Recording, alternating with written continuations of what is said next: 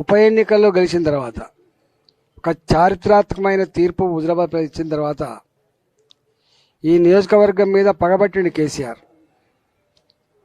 ప్రజలు ఎందుకో మరి ఆ కుట్రల్ని ఆయన నీచమైనటువంటి దాన్ని అర్థం చేసుకోలేకపోయారు. కానీ మా వాళ్ళు ఎంత మేరకి కనపడతలేవు బిడ్డ వస్తలేవు బిడ్డ అన్నారు దాన్ని. కానీ ఈ నియోజకవర్గంలో గెలిచిన ఎమ్మెల్యే యొక్క ప్రోటోకాల్ని, గెలిచిన ఎమ్మెల్యే యొక్క ప్రాధాన్యతని, గెలిచిన ఎమ్మెల్యే యొక్క బాధ్యతల్ని నిర్వర్తించకుండా ఎంఆర్ఓలకు, ఎస్ఐలకు, సిఐలకు, ఆర్డీఓలకు, కలెక్టర్లకు, ఆఫీసర్లకి ఇన్స్ట్రక్షన్స్ ఇచ్చి ఇంత చిల్లర స్థాయికి దిగదారని అంటే కళ్యాణ లక్ష్మి చెక్కులు ఇస్తే సంతకం పెట్టేది నేను, కానీ చెక్కులు ఇచ్చేది మాత్రం వాళ్ళు ఇచ్చారు.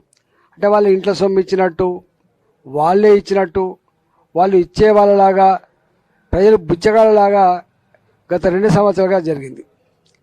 ఎక్కడ అధికారికమైన కార్యక్రమాలు నిర్వహించలేకపోయినాం. అందువల్ల ఎక్కడ కనపడలేదు.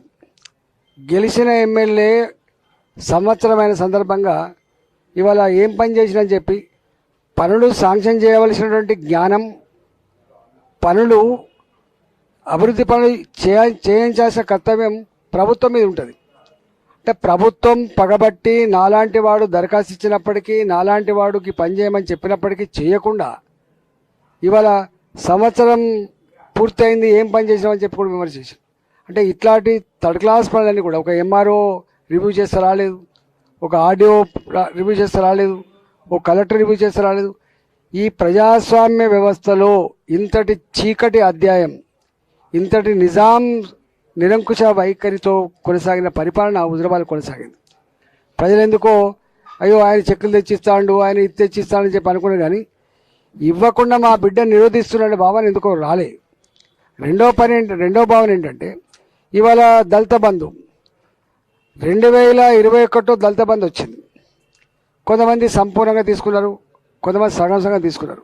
వాళ్ళందరికీ బెదిరింపు లెటర్లు పోయినాయి. మీరు కనుక ఈసారి కారు గుర్తు కొట్టేయకపోతే, కేసీఆర్ కొట్టేయకపోతే మీ దళిత బంధు సగం ఆపేస్తామని చెప్పి బెదిరించిండు. పెన్షన్ ఆగిపోద్దని బెదిరించిండు. ఎన్నెన్ని రకాలను, కళ్యాణ లక్ష్మి ఆగిపోతుంది, పెన్షన్ ఆగిపోతుంది, దళిత బంధు ఆగిపోతుంది, అభివృద్ధి ఆగిపోతుంది అంటే నీచమైన ప్రయత్నం చేసిండు.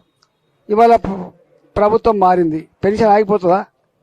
ప్రభుత్వం మారింది, కళ్యాణ లక్ష్మి ఆగిపోతుందా? ఏది ఆగిపోదు. కానీ ఎందుకో వాళ్ళు చెప్పిండ్రు, వీళ్ళు నమ్మిండ్రు.